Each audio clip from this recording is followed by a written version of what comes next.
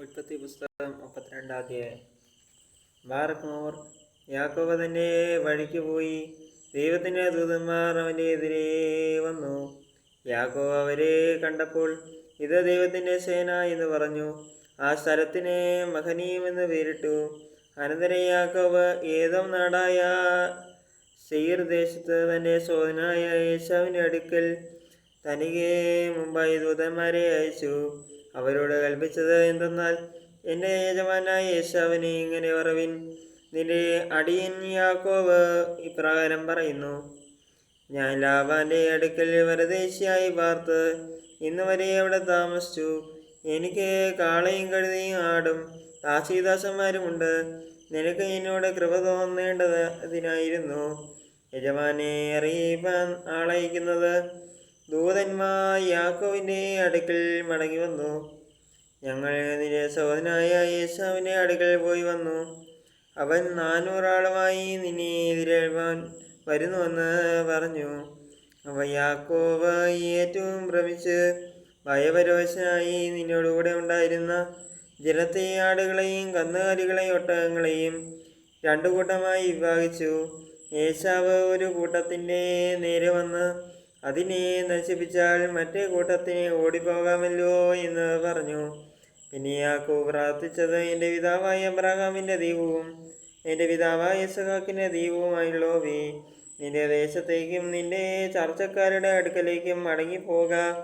ഞാൻ നിനക്ക് നന്മ ചെയ്യുമെന്ന് എന്നോട് അരുളി ചെയ്ത യഹോവേ, അടിയനോട് കാണിച്ചിരിക്കുന്ന സകലതയ്ക്കും സകല വിശ്വസ്തതയ്ക്കും ഞാൻ അപാത്രമാത്രേ. ഒരു വടിയോടുകൂടി മാത്രമല്ലോ ഞാൻ ഈ യോർദാൻ കടന്നത്. ഇപ്പോഴോ ഞാൻ 2 കൂട്ടമായി തീർന്നിരിക്കുന്നു. എന്നെ സഹോദരനായ ഏശാവിൻ്റെ കയ്യിൽ നിന്ന് എന്നെ രക്ഷിക്കണമേ.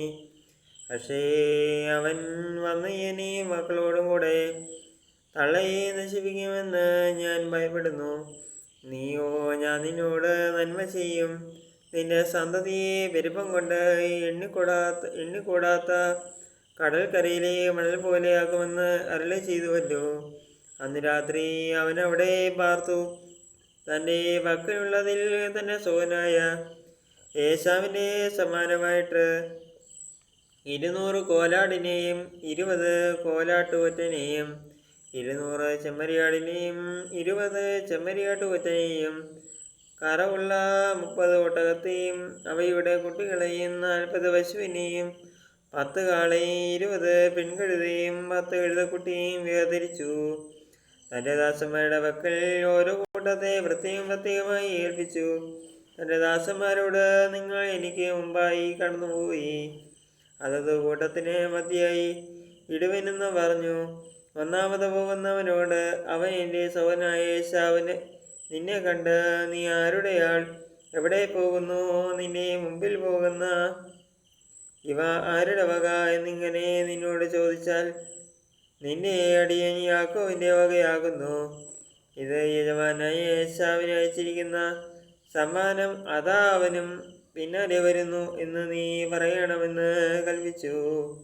2ാമത്തവനോടും 3ാമത്തവനോടും കൂട്ടങ്ങളെ നടത്തിക്കൊണ്ടുപോകുന്ന എല്ലാവരോടും, നിങ്ങൾ ഏശാവിനെ കാണുമ്പോൾ ഇപ്രകാരം അവനോട് പറവിൻ, അതാ നിന്റെ അടിയൻ യാക്കോവിന് അലേ വരുന്നു എന്നും പറവിൻ എന്ന് അവൻ കൽപ്പിച്ചു.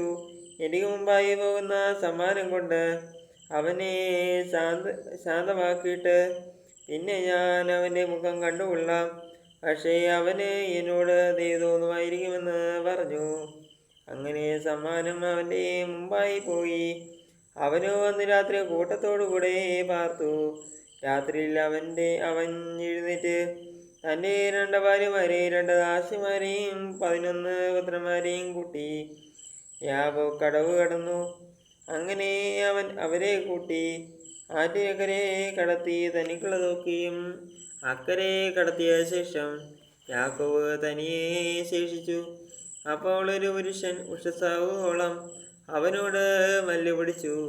അവനെ ജയിക്കില്ല എന്ന് പറഞ്ഞപ്പോൾ അവനവൻ്റെ തുടയുടെ തടം തൊട്ടു.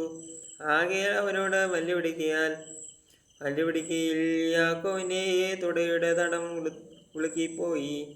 എന്നെ വിടുക ഉഷസൂദിക്കുന്നുവല്ലോ എന്ന് അവൻ പറഞ്ഞതിന്, നീ എന്നെ അനുഗ്രഹിച്ചല്ലാതെ ഞാൻ നിന്നെ വിടുകയില്ല എന്ന് അവൻ പറഞ്ഞു. നിന്റെ പേരെന്ത് എന്ന് അവൻ അവനോട് ചോദിച്ചതിന്, യാക്കോബ് എന്ന് അവൻ പറഞ്ഞു.